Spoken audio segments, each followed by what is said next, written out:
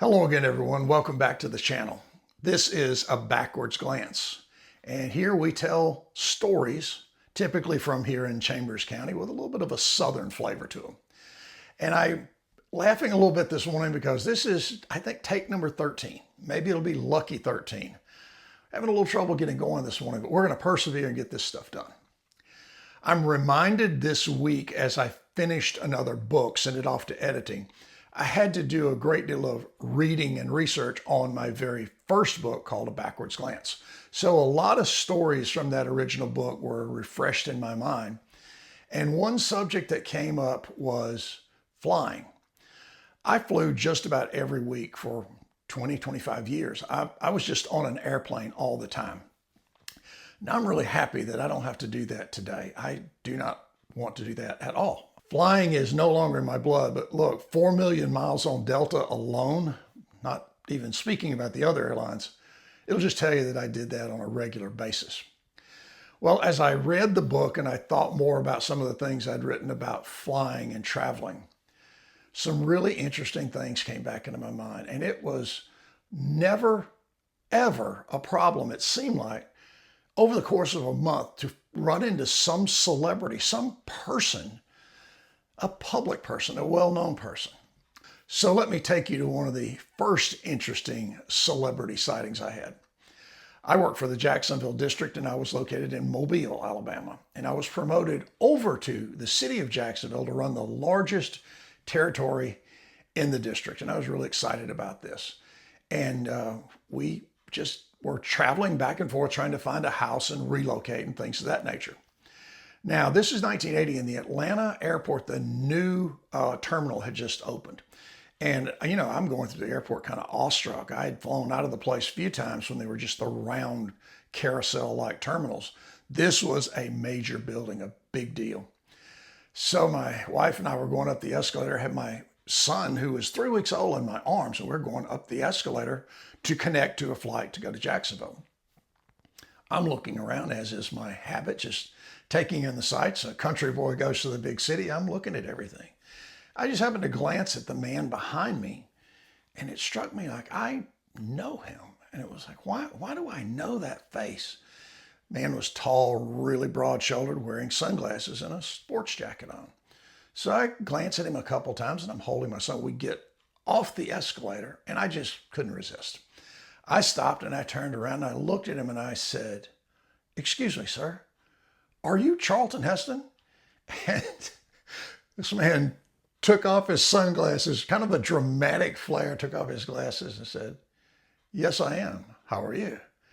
And I'm standing there holding my kid with one hand, and I shake hands with Charlton Heston. And he's looking, he goes, "That's a beautiful new baby you have there," and reaches out his arms. And I, like, whatever, hand my kid over to him. So imagine this picture for me, a kid growing up in rural Chambers County, probably as unsophisticated as any human being on the face of the earth. Picture this scene of me standing at the top of the escalator with Charlton Heston holding my 3-week-old son. Moses himself, the actor, is holding my kid. And it just forever froze that image in my mind. And he kind of bounced the kid around and he hands Colin back to me and he goes, "That's a fine baby. Boy, girl?" And I go, "Baby boy." And he puts his glasses back on and he says, "You folks have a nice day." Turned and walked away. And just as nonchalant, nonplussed, normal, regular guy, my first meeting with Charlton Heston. And I found out later on, just because I was so interested in seeing why was he in Atlanta, totally by himself, not traveling with anyone. He was doing a mini-series over in South Carolina, and it was called Chiefs. And every time I would see that mini-series come on, I would think of the fact that that's about the time frame that I met Charlton Heston in Atlanta, of all things. Now, the second thing that was very interesting to me as I recall these stories, many of us here in town at Jim Stewart Day had met Johnny Bench and Pete Rose because Jim Stewart, a local athlete who played for the Cincinnati Reds, brought them into town for Jim Stewart Day. Magnificent time. I mean, this was about 68 or 69. Johnny Bench was just getting started, but I think had already won an MVP. He was as big as it gets. And Pete Rose had always been pretty much as big as it gets to us kids watching baseball. So we're at the car dealership in downtown. I think at the time it was called Kilpatrick Chevrolet. Well, Johnny Bench is in there signing autographs and just nonchalant again, just Johnny Bench. My cousin Bob and I ride our motorcycles up. We get in line, and I have a baseball and a little card. And Bob has a camera, and Bob's behind me, and he goes, "Get him to take a picture with you." And I'm like, "Okay, we'll take a picture. That'll be fine." So I'm nervous. I walk up, and Johnny Bench looks up, takes my baseball, signs it. I hand him the card. He's like, "Okay," signs it. And I go, "Can I get a picture?" And he goes, "Sure." Just, okay. My cousin Bob is standing there with his camera, and it was a camera with a little stack flash cam on it. I guess he didn't have it set right, and the picture would not take. It would not fire. And I'm standing there in front of Johnny Bench smiling. Johnny Bench is smiling. He finally goes, "Okay, kid, that's enough. You got to move on." My cousin Bob, as it turned out, the camera did actually take a picture. It just didn't flash. Wasn't a great picture, but we had the Johnny Bench image with me. And Bob, of course, got his autograph, and away we went. Now, the baseball. Here's just how dumb kids can be. The kids like me can be. Johnny Bench signs my baseball. It was probably a Little League ball that I had in my glove at home. I didn't put it in a case. I didn't put it in a drawer. I didn't keep it. We played ball with it. So my autographed Johnny Bench ball soon became just a worn out, scuffed, wet, destroyed baseball. I really, truly wish I'd kept up with things a little bit better. But I do, I think, still have the picture in one of the many picture collections that we have in cardboard boxes in the attic. So maybe that can be located one day, and I'll show it to you. Pete Rose, I only saw him briefly later on at the banquet that night. I think it had a very busy day with some of the locals going out dove hunting. And usually around here, dove hunting not only involves shooting doves, but some other things like beverages. So I don't know how good a shape he was in, but he seemed to have a great time visiting the little city of Lafayette on Jim Stewart Day. Now, later on, when I'm traveling in my career, I'm in Cincinnati, and I would see Johnny Bench quite often in the Cincinnati airport. But the first time I saw him after all this had taken place, years and years later, I'm just sitting in my gate watching, and here comes Johnny Bench by himself, walking along. He's got a little cap on. Nobody's bothering me. He's got a suit bag over his shoulder, and I look at him, and the thought crossed my mind, I should get up and go introduce myself again and ask him if he remembers signing my autograph in Lafayette, Alabama.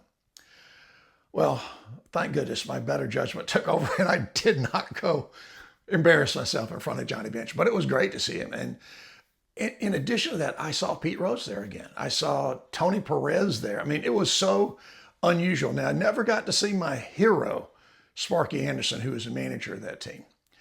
But I did see one other well-known player who was a star really with the Reds. And this young guy lived in Albany, Georgia at the time. And his name was Ray Knight. Ray Knight seemed to be kind of like a good old boy. You know, a strong, stocky kid and a great, obviously, baseball talent. Well, for some reason, I was flying from Atlanta to Jacksonville, I think to take a car there or to pick up a car, I can't remember. But we had to stop in Albany.